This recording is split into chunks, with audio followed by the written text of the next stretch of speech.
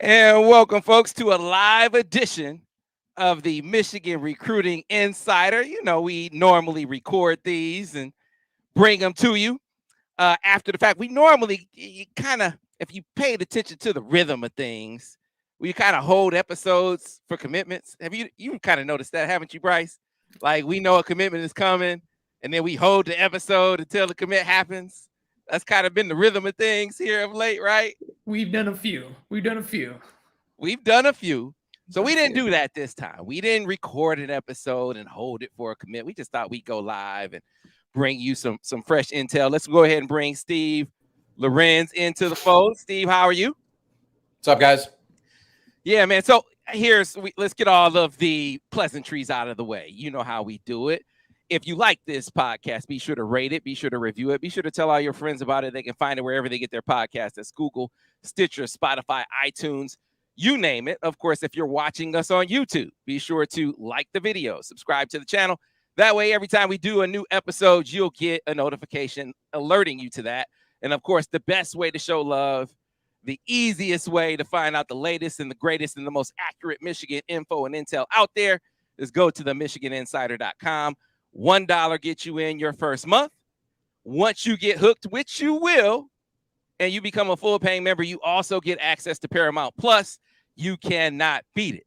You know, you got the Mayor of Kingstown, which is outstanding. You got 1923, another outstanding show. Paramount Plus, a lot of great offerings over there. So done with the plugs. Let's plug this recruiting class as we get into the nitty gritty. Some positions we haven't really talked about a lot. I want to kind of dig more into today. We'll talk some corners a little bit, for instance, as that is a hot topic of late. But guys, recruiting momentum is a thing. We say it a lot. Brice Marich, Steve Lorenz, we've done this for a long time. Michigan didn't have momentum coming off the season last year. They have definite momentum this season. And the latest commitment that they picked up, we did the episode Channing Good when we all saw it coming. And it just feels like the snowball is just now building, Steve, or still building, Steve. Yeah, I mean, they're in the lead for 3 or 4 top targets on the crystal ball right now. With official visit season coming as well, they're slated to host a bunch of guys. I think we're looking at the weekend of June 16th looks like the biggest one, right? When they host all their commitments on campus, you got to think they're going to want a few guys on that visit to, at least maybe they can close on a couple more guys during that weekend, or at least put themselves in a position to close. So, yeah, like it's been funny. Like we've said the last few weeks, like we really haven't had to think too hard about what we're going to be talking about on here or what we're writing about, because they've been just they've been dispersed very nicely for us to, let one commitment marinate and then another one comes along and, just kind of keep chugging along. So, just night and day compared to last cycle at this time. And yeah, it doesn't really look like Michigan is going to be slowing down anytime soon. Yeah, what you really like about another thing that's really making it fun is the footprint recruiting Michigan is doing. Because look, footprint recruiting is rivalry recruiting, right? You put teams in conference, you go toe-to-toe with them on the recruiting trail. It gets more heated, it gets more contested. It's just more heartstrings being tugged. And we really see that coming to the fore in the state of Ohio. Aaron Scott, of course, the jockeying back and forth as the number one player in Ohio. We talked about him a lot on last week's episode. We've since released one of the videos with his coach where you heard him talking about his connection with Jim Harbaugh, right? He loves Jim. They're 8-year teammates with the Chicago Bears, and he laid out his whole profile. And he said, okay, I kind of rocks with Ryan Day.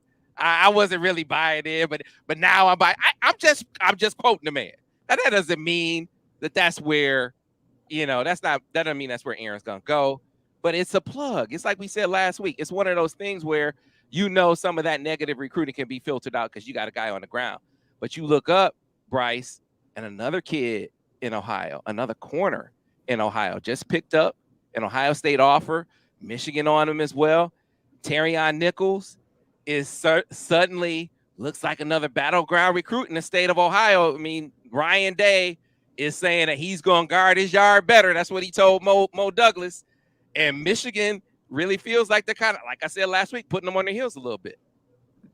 So I don't know. Did you guys notice that Ohio State happens to be offering guys after Michigan, especially the DBs? I mean, I don't know if that's a new trend or something, but yeah, Terry Nichols, the guy that actually set up his official visit for June 23rd to the 25th.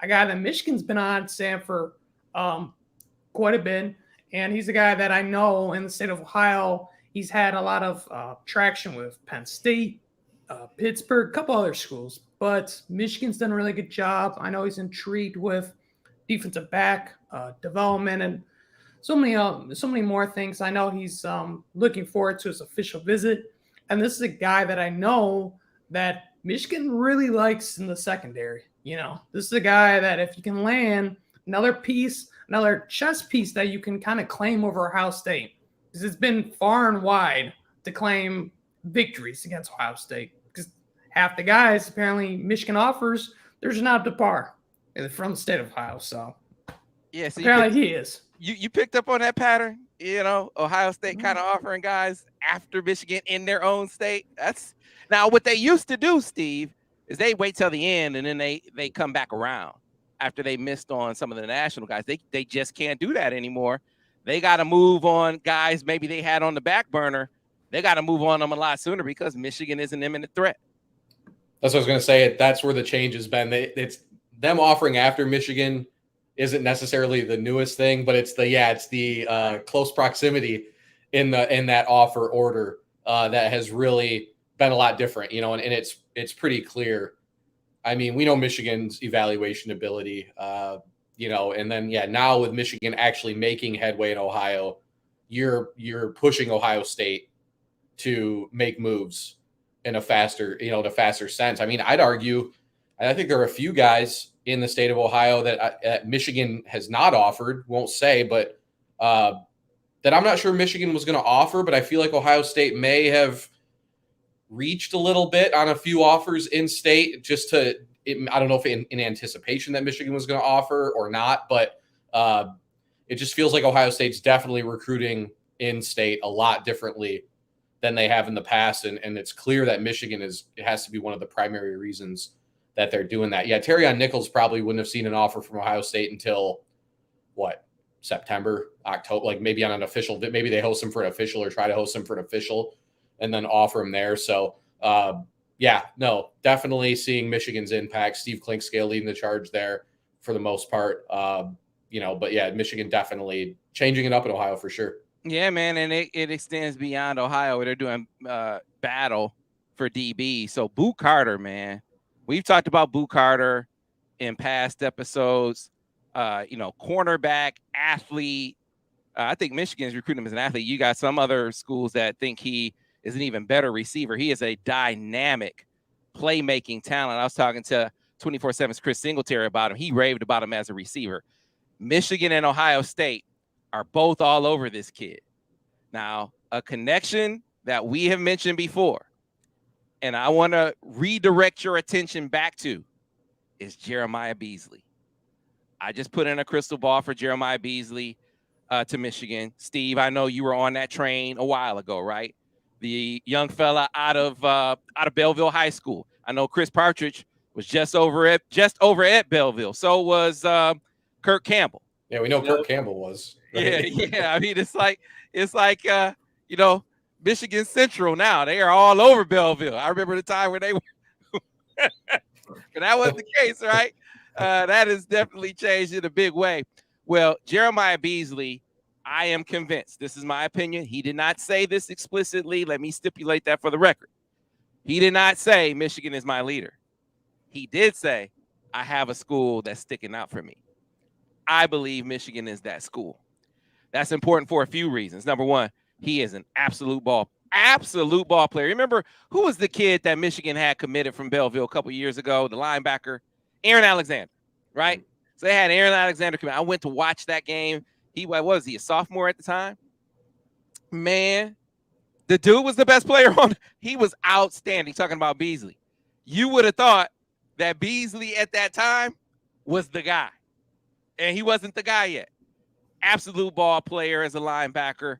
Key cog as a running back. Chris Partridge has taken that recruitment and flipped it. You know, you had Steve Clinkscale keeping it alive, keeping Belleville alive, both when it came to Beasley and definitely when it came to Bryce Underwood. But it allowed for a CP to come in and place one phone call, resonate with that kid right away that, hey, you're a top guy, and that relationship has been building ever since. And now, Steve, I think they're in a pole position as he gets ready to hit his visits before his June 29th announcement date. Yeah, I mean, that's one where Michigan State was originally the crystal ball leader. I think there are still some residual crystal balls in there. I think it's clear. Someone posted on our site, he posted online that he was selling his Michigan State gloves like a week or so ago. I don't think the Spartans will be the choice now at all, even if it happens to shift away from Michigan. But definitely one where Chris Partridge flipped the script. Different, when a new coach comes in, they set their own board. I think as so far as like an actual true linebacker, I'd argue that Michigan probably thinks Jeremiah Beasley's the top guy on their board. I think they see some flexibility with some of the other linebackers that they're recruiting, Aaron Childs being one for sure. So, Beasley has leapt to the top of the board. Michigan's made him feel like he was on campus, like 3 or 4 times within like a 7 or 8 weeks, like a 2-month period right after Partridge got hired. So yeah, Michigan completely has dominated that recruitment for the last couple months or so. And they look like right now they're in really, really good position to finish out. Yeah. And so look, we'll talk linebacker. Another linebacker that Michigan is doing really well with is Cole Sullivan, linebacker athlete. We'll talk more about him coming up. But Jeremiah Beasley, if they get him, it adds to, I think, the pull for Boo Carter. Max ex-teammates, right? They've been talking for a while, Brice, about, hey, what if we go to the same school? Now, what schools do they have in common? Tennessee is a school. They don't have Ohio State in common. Ohio State's pushing for Boo Carter. But they got Tennessee in common. They have Michigan in common. They have Michigan State in common. One of the things that made me write Michigan State off with Jeremiah Beasley, his brother's there. I guess you can't write him completely off. And the allure of playing with his brother for a season, I think, is a real thing, right? But he said he's looking hard at the talent around him. He wants a lot of, really, really good players around him, and he wants to win. Michigan just had 9 players drafted, right? Michigan State just had their starting quarterback and starting receiver hit the portal. And they're coming off a losing season. And this would seem to me, if we're applying the criteria, Brice, it would seem to me that Michigan State doesn't really fit the criteria that he laid out. It's not only that. Look at the recruiting classes.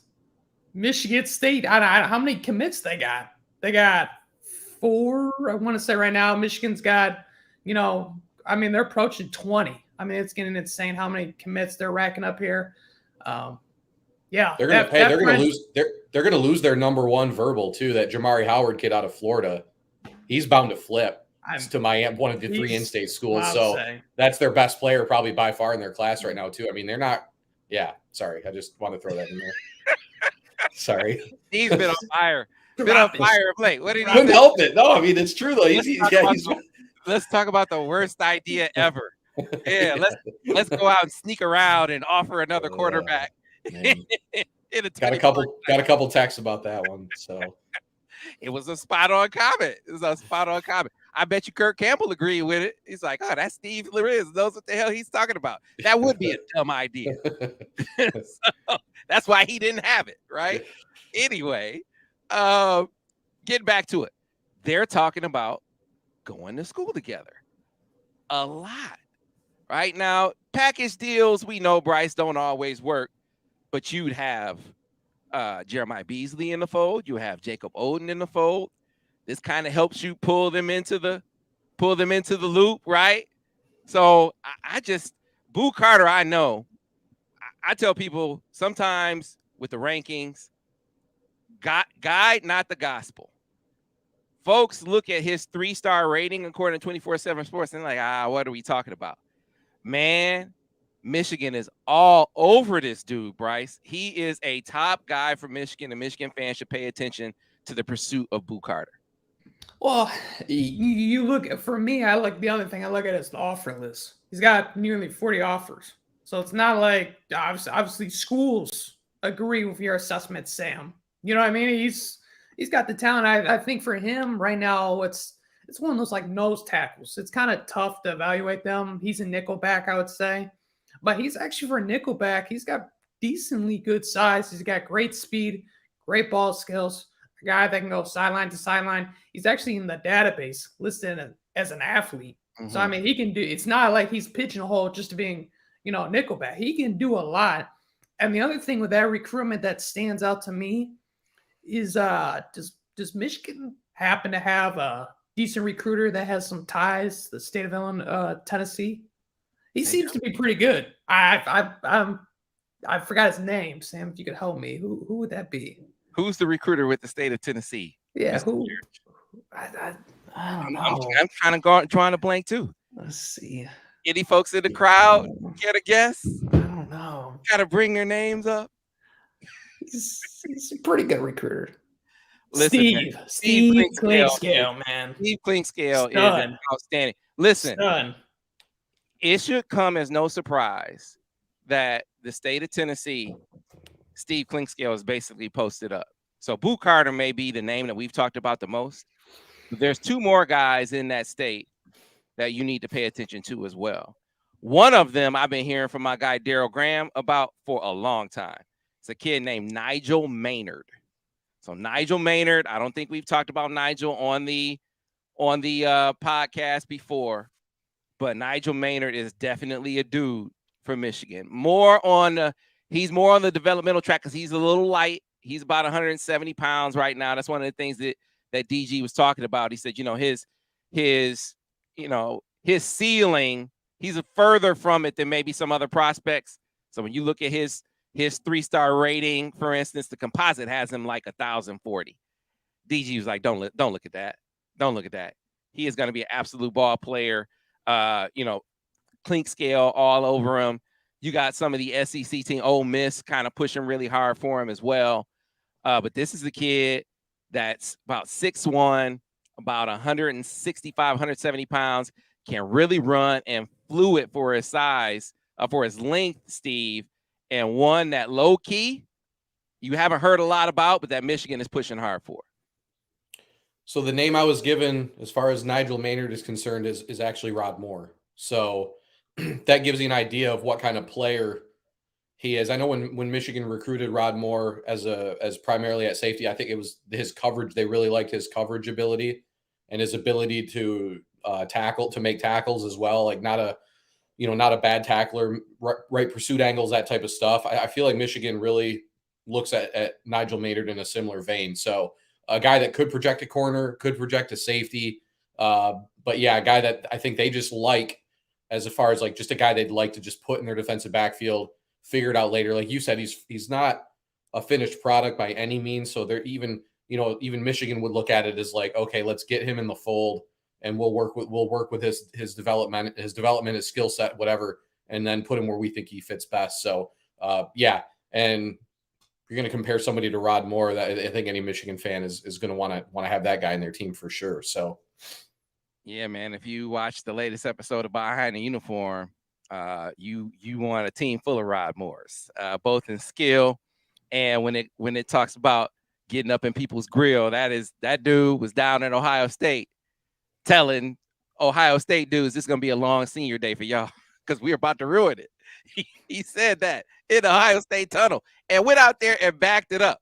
But one more guy from the state of Tennessee to highlight, guys, from Nashville, another guy that Michigan is really pushing for, and this dude can run, right? His listed time in his profile is 10.89, but I think he is kind of put up a time faster than that. I think he's running the 10.5s and 10.6s, and I'm talking about Andre Evans, and I know you guys just reported that he's locked in his official visit. Yeah, he another talented defensive back from the state of Tennessee. He's going to be coming up, I want to say the 23rd. He locked that in. What's more telling is he actually was up on campus a week ago. And right after he locked in his official visit to Michigan. I know he likes Michigan. I know he knows a lot of the guys in the program. several guys in the class, Jacob Bowden, other guys. And so this is a talented, read and react, got great ball skill, coverage skills. On top of that, this is a guy that if Klink likes him, I kind of have to trust his evaluation, Mm-hmm. So he's another top guy. I really do, if you watch his film, really like his stuff.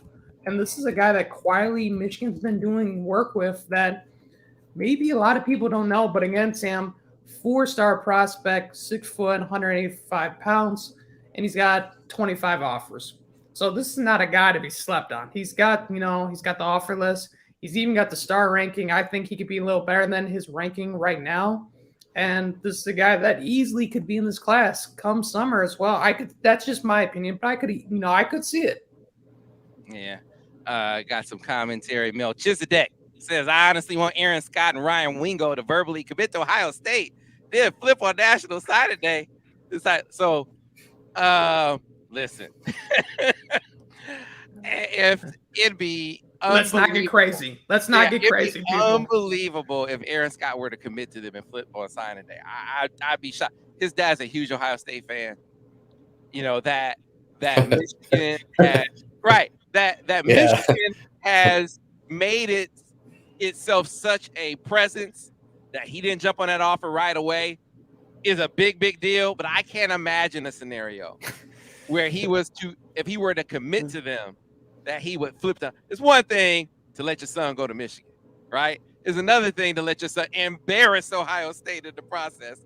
I can't see that happening, Melchizedek, but I do think, like I said, sitting down, talking to the kid, and I got to put up that video. We've been so swamped, so much content. Basketball, we just dropped that Michigan has one of the top transfer portal guys on campus as we speak, right? They're trending up on the recruiting trail. I think, who knows? We might have to do a Michigan basketball recruiting insider coming up because I think they're trending towards some good news on that side of things as well. So stay tuned for that. But so much going on. I haven't even put up the one-on-one with Aaron Scott yet. And you'll see, look, man, this is a knockdown, drag out. And there is a reason why you got some Ohio State folks kind of they're not walking with the chest out as much as you know. The posturing isn't the same. It used to be ridiculous to think that Michigan was going to get one of these guys. Then they got Jordan Marshall. Then you see in the school Aaron is really talking about, I gotta see their defense. I gotta see what they look like at DB this year. That's a real factor for him. So Michigan very much in there. I think they have a slight lead. Now the question is, I think there's going to be jockeying for a position as far as timing of his official is concerned. If it's me, I want the second. If between Michigan and Ohio State, I want the second visit. Always. I don't want to be first. If I'm Klink scale, I'm telling him to go to Columbus first. Because if that kid has held out this long, Steve, he can hold out through a visit to make it to Michigan for a visit. So you want to be first so you can counter whatever it is they throw at him. Yeah, you always want to be. I think getting the last. Yeah, and in a big time recruitment, normally being the last, you don't want to be first. If you're taking your 5, which I know they can take more than that now, but you always want to be towards the back end, if not last. History just seems to say that last impression, particularly if you already say out of those schools, you're one of the top 2 or 3 programs, that usually bodes well for you to get that last visit. That last impression always seems to make somewhat of a difference with elite guys. So yeah, if you're Michigan, you should definitely be pushing for, you ask him when he's thinking about deciding and say, okay, come to campus, the closest date to that possible, and we'll host you for a few days, and go from there with it. So, that's probably the sound strategy. And I think it's really been, it's the strategy most schools try to take when they're in a heated recruitment like this one. Yeah, man. So, look, Steve just put up a great piece, by the way, kind of laying out corner recruiting. We addressed it in this episode because we've been getting asked about corners for a while now. I know my man Antoine Johnson he's been on me for like weeks, kind of asking, hey, Sam, what about corners? What about corners, Sam? What about corners? I was like, all right, we got to get the corners. And we finally did. But there are more on the docket. So check out Steve's piece. He kind of lays out the board as we see it at this point. There are a few more names for you to, take note of, but these are the main ones, the ones that we just threw out there. You got Grimsley down in Tampa Yep. Plant. He's another one to kind of keep an eye on. In the meantime, in between time, let's get back to linebacker recruiting, guys, because we were talking about Jeremiah Beasley, Aaron Childs. I think Michigan is the definite leader for both of those guys. But another kid that we've been talking about a lot lately is a kid named Cole Sullivan. I was talking to Gene Hankerson, and he knows Cole's trainer. He said he trains all the top guys in the Pittsburgh area. He said this is the same guy that trains Aaron Donald when he comes back home, right? And Gene was like, hey, this is a dude, outstanding athlete, 6'3", 200 pounds, can really run. So we were comparing him to Chase, right? You guys, because you remember when we covered Chase's recruitment, Chase was like that. And his profile as a recruit was very similar. He was a 3-star, kind of under the radar guy. Who was the Ohio State guy that Michigan was chasing, Steve? Kyle Berger. Kyle Berger. They were chasing Kyle Berger, and it was looking like he was leaning to Ohio State. Then they kind of turned up the heat on Brice or on Chase as that recruitment was trending away, and they got the better dude. Like, you had to figure out what position, because he was a linebacker. He got to Michigan. They moved him to tight end. He came back over. They moved him up to edge. He had the frame, but he could run. Well, what Gene was saying is he's hearing Cole is a better athlete than Chase at the same stage, right? And so the way he put it, I remember we went to watch Chase play basketball. So Chase, great athlete. He could jump. No game whatsoever. I hope Chase sees this. No game whatsoever. It was hack a Chase. All he did was chase dudes around the court so he could foul them. That was his game, right? But they like, man, Cole has game. Like, this is not like he can actually play basketball. Like, he's legit, basketball talent too. So change of direction, run, jump, speed in a straight line. Steve, Cole Sullivan has all of that. And that's one of the reasons why you see Michigan all over. Yeah, he's one of those guys, if anybody goes and turns on his huddle film, he's like a 2 or 3 play guy. And you're like, yeah, yep, this guy. Again, not only the athleticism, but just, I always say it every cycle, there's a few guys you watch where you're like, okay, this guy just knows how to play football. And they understand what they're doing on the field. That's where he really jumped out to me. Just a very conscious athlete of what's going on and making the right play. But again, yeah, possessing all those the measurables and stuff that the big time college programs covet. So where he's ranked right now, extremely underrated in my opinion. We're talking about Tennessee, Pennsylvania and stuff.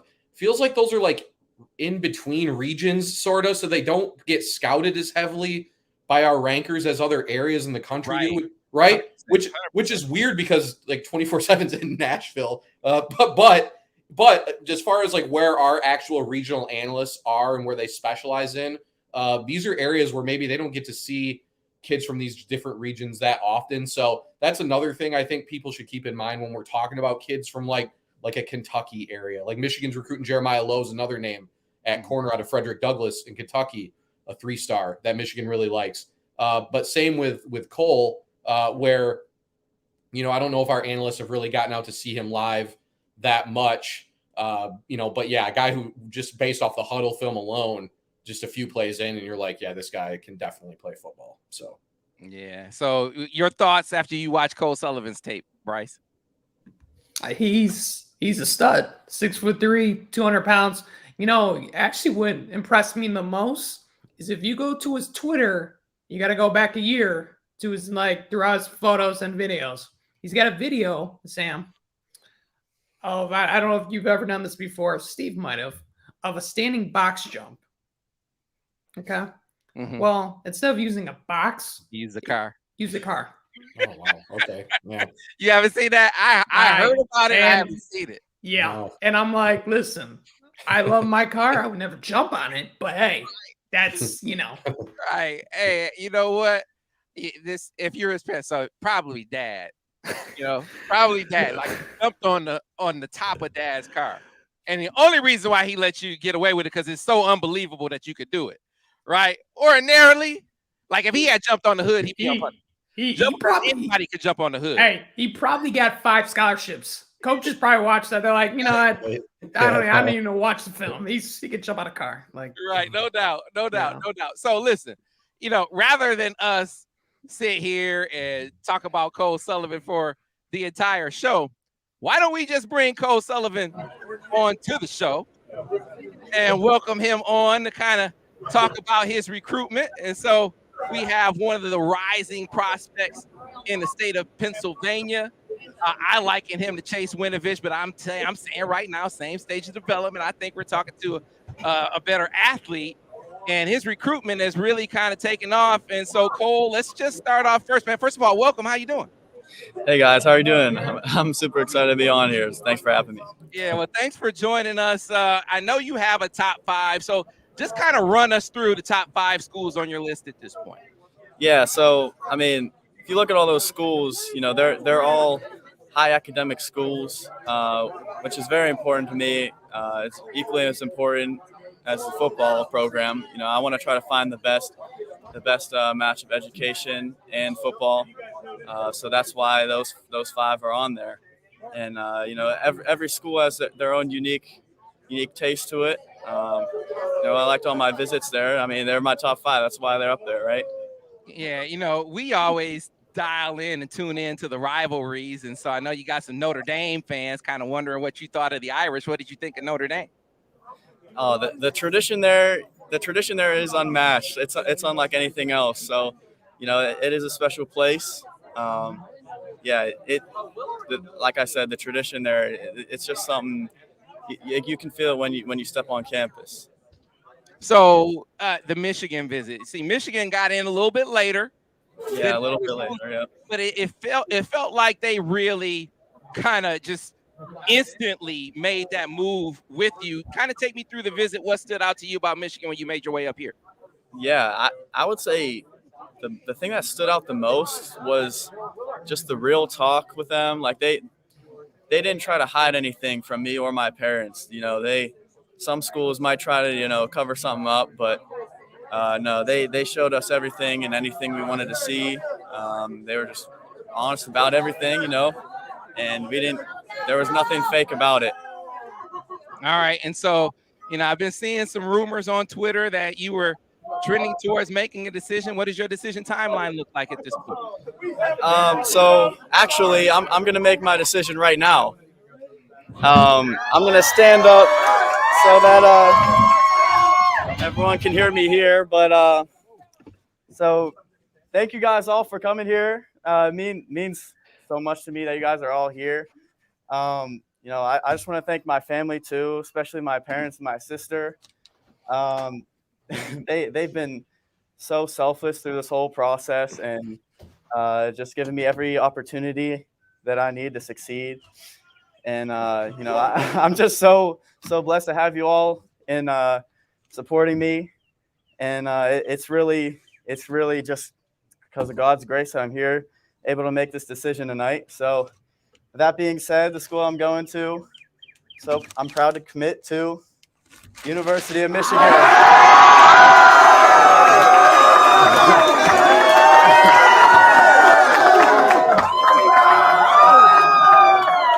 Michigan just picked up yeah, man. Congratulations. Another commitment to the University of Michigan. And a guy, I got to tell you, Chris Partridge has been very, very selective in his linebacker recruiting. You guys, I think you haven't watched it. There are guys that Michigan had offered that he pulled off of. And it feels like to me with you, Cole, he kind of pulled rank because wasn't Grant Newsom recruiting you first? He was. He's the area recruiter, and it didn't take long for Coach Partridge to step in though as my recruiter. I'll say that. So tell us, what was it about Michigan that made Michigan be the place for you? Like I said before, I just thought it was the best combination of academics and athletics I could get. The coaching staff, Coach Harbaugh, obviously, Coach Partridge, and then also I love Coach Herbert was a big part of the decision too. He's from Pittsburgh, and we had that connection right away. And I just love Coach Herb. He's the man. I'm excited to work with him. Yeah, man, and the educational piece. I know talking to your dad about it, he said that was a big deal for you as well. It was, yeah, yep. I mean, you saw my top 5, all good schools. I'm taking some AP classes this year, so I'll come in with some credits. I want to go to a school where that diploma means something, and I want to have that. What's the word? Just the outreach of all the alumni to be there when I get out of school. So I think Michigan's the best place for that. All right, I got one more question before I turn it over to Brice and Steve. So what are you, Cole? I mean, I feel like you could be a linebacker, you could be an edge, you could be a tight end. I mean, what do you see yourself as? I honestly, me and Coach Partridge have talked about it, and he said he's not limiting me to a specific position. He said he would probably start me out at Mike, just because that's the easiest spot to learn first, and then he just said he would let my body grow and develop into wherever I need to be, and that's one thing he likes about me the most. He said is that I'm very versatile and I can play multiple positions. So, we're not really pigeonholed into one there. Steve? Hey, Cole. First off, congrats. Wondered about Jim Harbaugh's role in your recruitment. How much of a relationship did you develop with Coach Harbaugh, and what was that like, getting to know him and getting to meet him throughout the process? Yeah, it was kind of surreal at first when Coach Harbaugh calls you on the phone to give you an offer to Michigan, but he's just a great person in general. When I met him in his office on my first visit, I think for 30 minutes, I don't think we even talked about football. I think we were just talking, and we got to football later, but he's just a great guy to talk to. You can relate to him easily, and yeah, he definitely played a big role. The man at the top, that's who you play for. So, he played a big role in it too.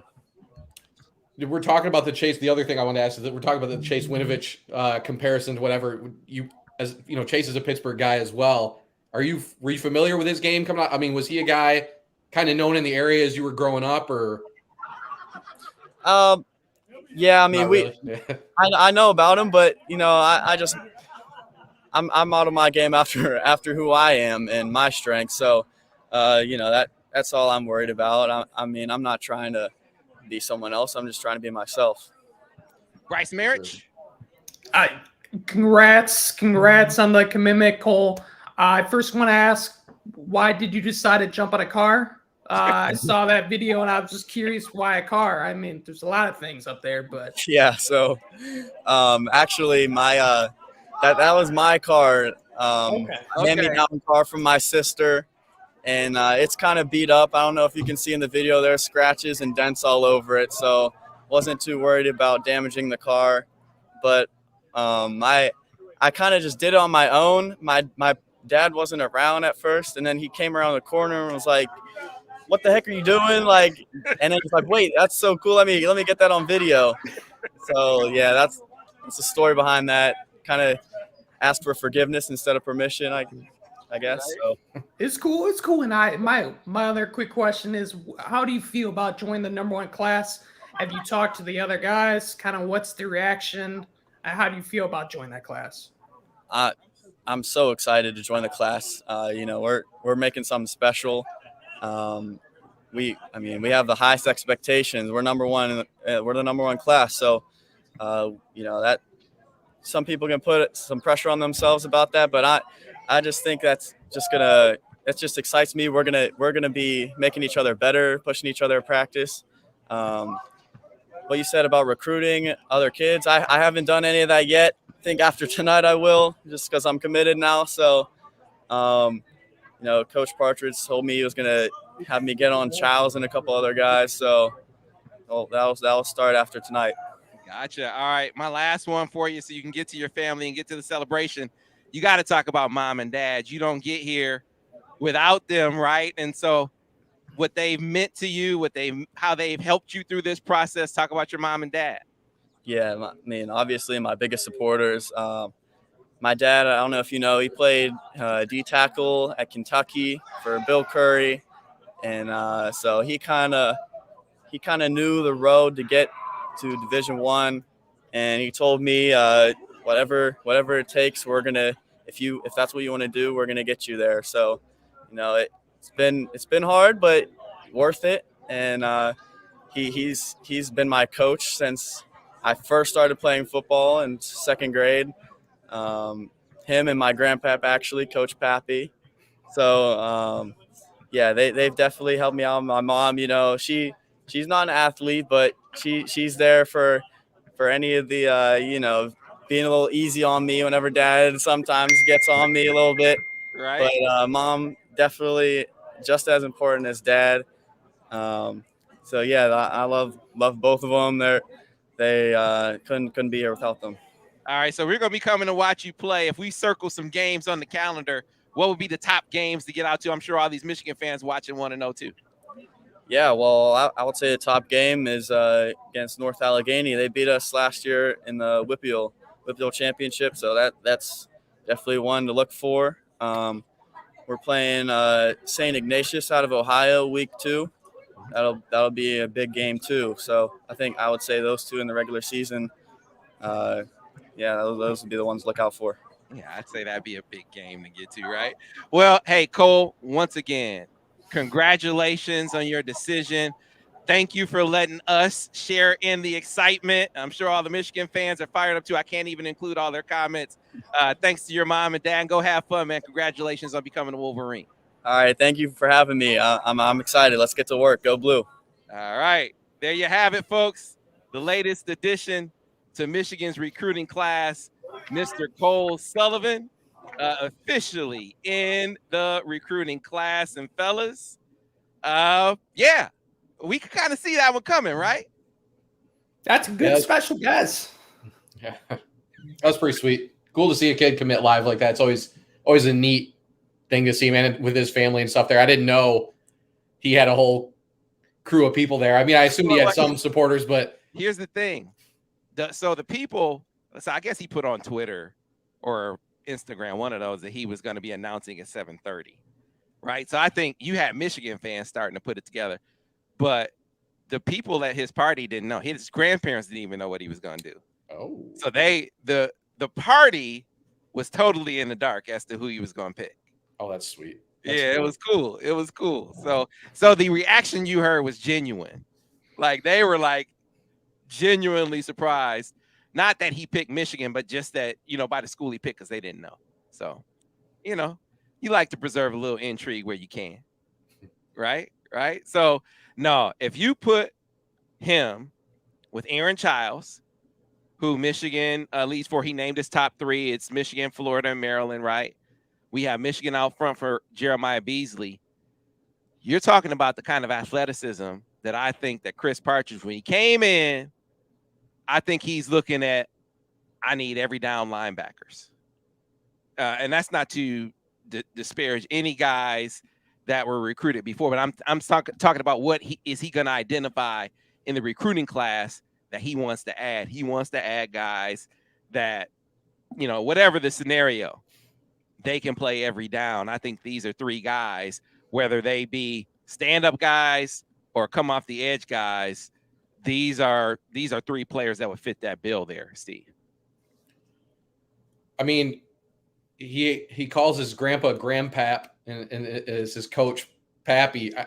I got it. Jim Harbaugh has to admit that's like that's another one of those most Jim Harbaugh things. Like, Jim Harbaugh's got to love that, and that he knows that his dad played for Bill Curry.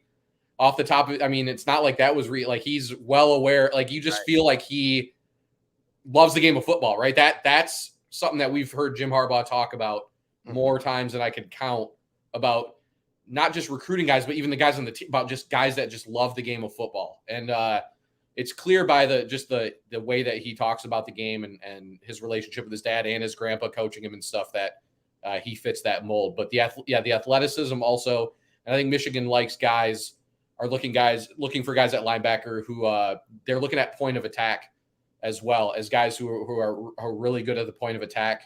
Another area where I thought Sullivan really stood out on first watch of film. So yeah, Michigan's linebacker recruiting seems to be in a really good spot right now, for sure. Yeah, I'm gonna throw up a couple clips of him really quick while we're talking. But yeah, man, speed and guys who arrive with bad intentions. That's the other thing, right? Guys that can run and hit, Brice. That's what these three guys would be. Cole, obviously, the only one officially in the fold, but got to feel like I've been saying, and we've been saying, Michigan looking really good for the other two as well. The guys that CP is going to have Cole Sullivan call.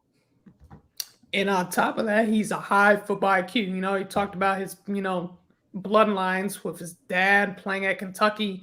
I think the other thing, and Steve kind of was alluding to this, is, and he talked about this, was look at my top 5. You know, he's a high academic kid. He's looking at schools for football and academics. He fits the mold of what Michigan's looking for. And on top of that, he can play so many spots. If you're watching the film here, right now he's kind of covering like a slot. You know what I mean? And a guy who's 6'3", 200 pounds, blitzes in, slices there, makes the hard tackle, and that's a guy that you can't defend. I love this because he's out in space. You know, you looking at him, avoids the blocker, hits the guy, gets the fumble, sets the whole play up. Now he's coming off the edge, spin move inside, finishes the play as well. I mean, this is stuff that, for how advanced he is so far, is just incredible. And again, he brings the wood. That's evident. And I know, like we were talking about Brice Marich, these are chess pieces. This is a guy you can move around your defense. He can, go back in coverage. He can go in the box. He can come off the edge. He can do so many things. He's basically a Swiss Army knife. And that's the type of perfect piece, not only for Brice Marich, but Jesse Minter, who's shown the ability to use guys like this. He's perfect. You see how he gets through traffic. Like a lot of guys, they catch blocks, but that's one of the things that makes a great blitzer as well. Can you weave through traffic, right? Your pursuit angles to the football. It's not just that. Excellent. It's his instincts. Look at his instincts. I mean, you could tell he reads. He can examine the play. He can just see what's happening right in front of him, and he runs through a brick wall. That's kind of what you want to see from your linebackers. Guys that are heady, they're smart, they can go sideline to sideline. Well, someone was saying in the streams, like, man, Mike linebacker, that's one of the ones where it's like, man, that's not an easy spot to learn, but this dude is super smart. And he talked about it with the school. I mean, he had Stanford in his final group of finalists, Notre Dame, Duke. Yeah, you got high level academic schools. So this is a dude who can really think the game as well. And you see that coming through here. Chase was a smart guy too. I don't want to say Chase wasn't a smart guy, but Chase was more just, run to the football, right? At that stage of his development. He was a great athlete, just chase the football down. This is a quarterback on defense, Steve, and you can see it in his film. Yep. So first step seems to always be the right step. Definitely proper tackling technique too. Like you see some guys, just head down, go after the ball carrier, whoever. But yeah, like I said, his first step always seems to be the right one.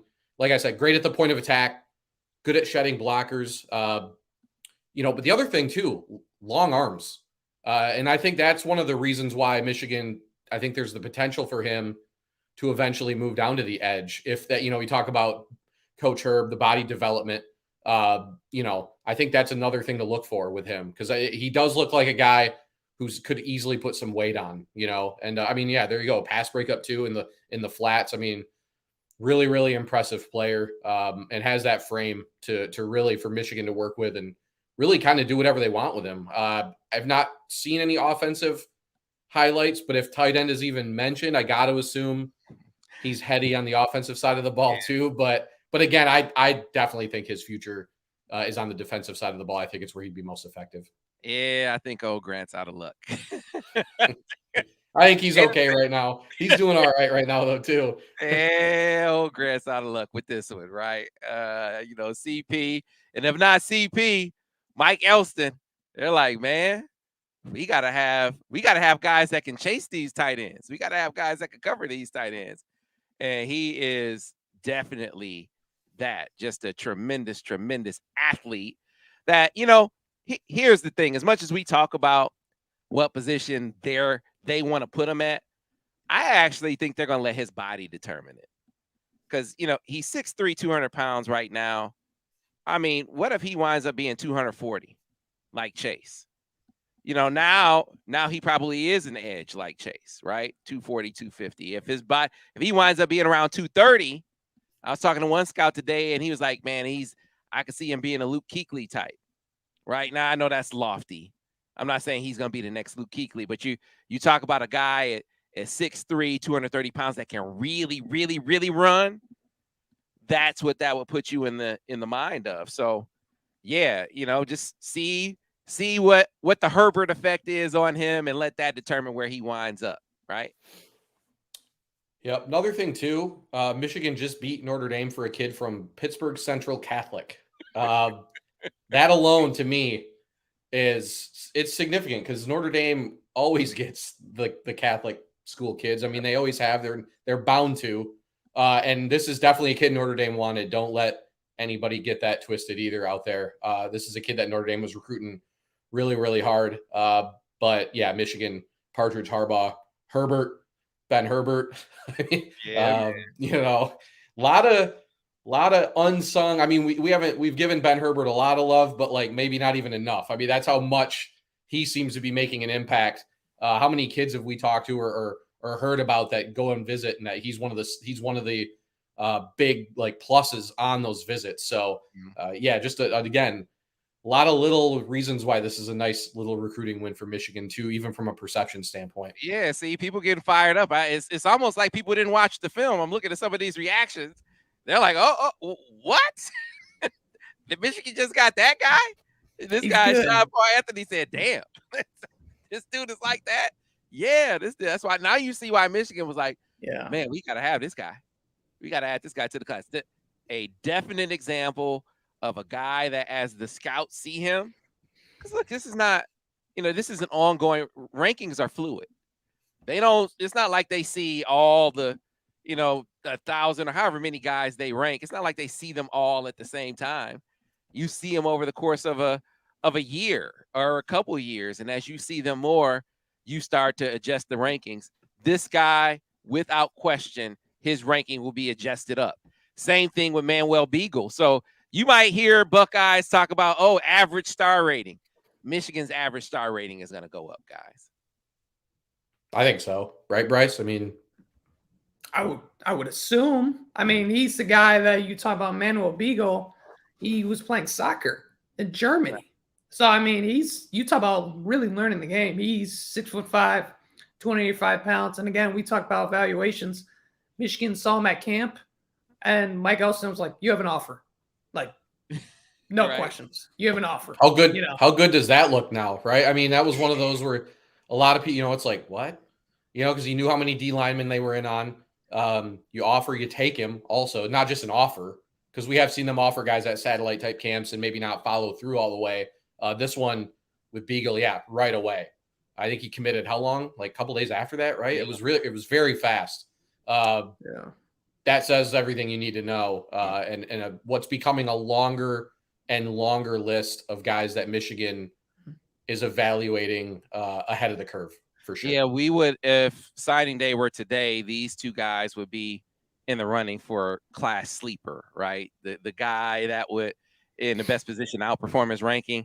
They just won't be ranked there at the end of the cycle. These guys will be. You mark my words. I have nothing to do with the rankings, but for people who are, slaves to that kind of thing, and rankings are important. They're just a guide. These guys, their ranking will go up. So, that debate that you're having with Buckeyes where they try to make it seem they're trying to downplay and rationalize what's happening to them right now. And the only way they could do it is try to nitpick by saying, oh, well, you got more commits than Ohio State. Michigan's class will be top 5. Let's close like that. You guys feeling more like it's going to be a top 5 class, fellas? You ready to get on board finally?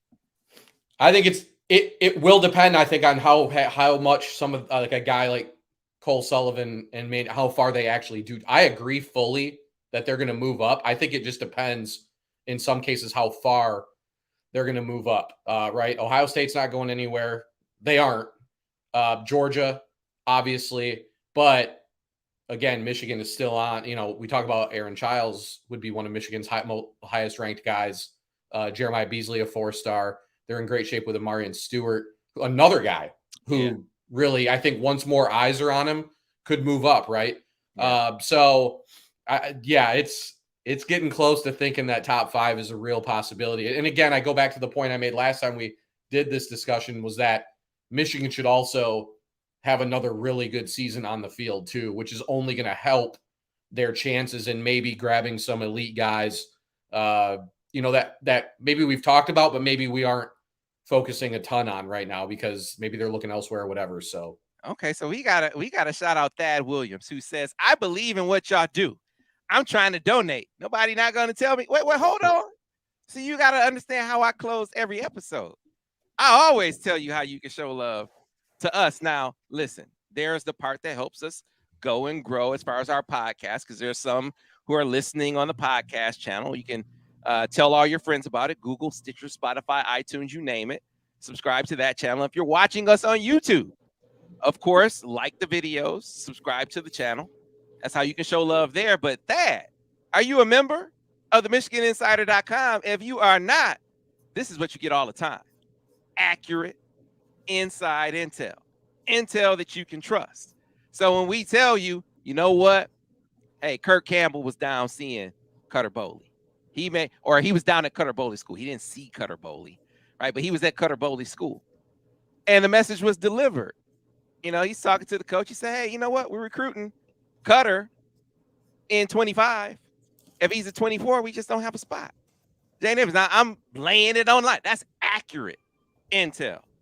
They weren't recruiting him as a 24. That's accurate intel, right?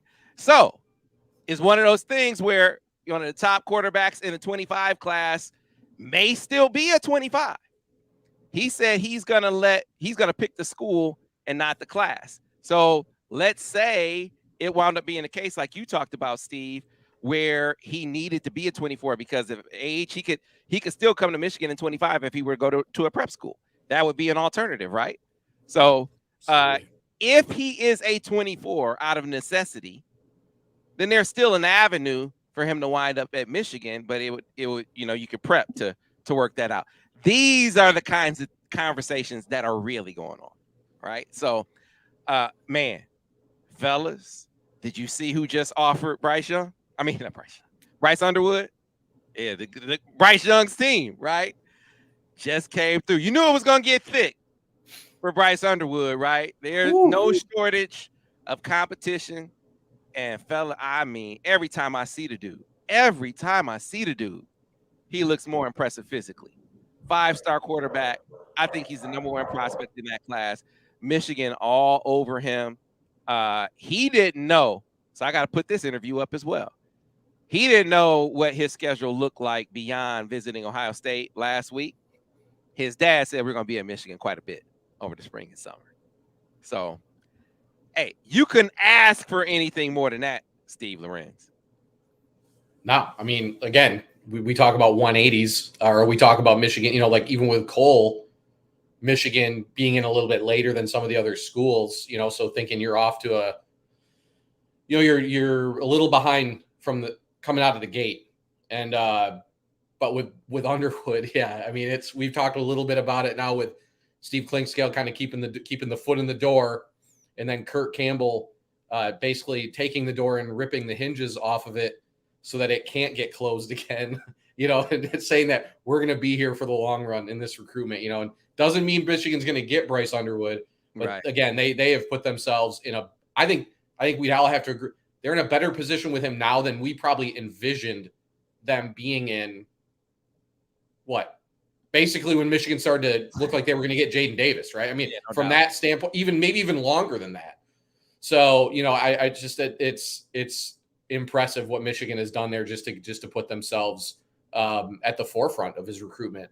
And he's, again, much like Beasley, how many times has Bryce Underwood been to campus the last 2 months, 3 or 4? You know what he said? He said something. I didn't even, this didn't make the interview, but he said, you know what? They got Jacob Oden. If they get Jeremiah, Other guys said Boo Carter. He said that increases Michigan's appeal even more. So, you stack those Max X guys and it starts to do a thing. It starts to do a thing. So we'll see. But listen, folks, we got to get out of here. Keep it locked over on the MichiganInsider.com. We got lots more to come. I still have the one-on-one with Aaron Scott, the 5-star, or he should be a 5-star, will be a 5-star, #1 player in Ohio. Still have that one-on-one interview to post. Still have the sit-down with Bryce Underwood's dad to post.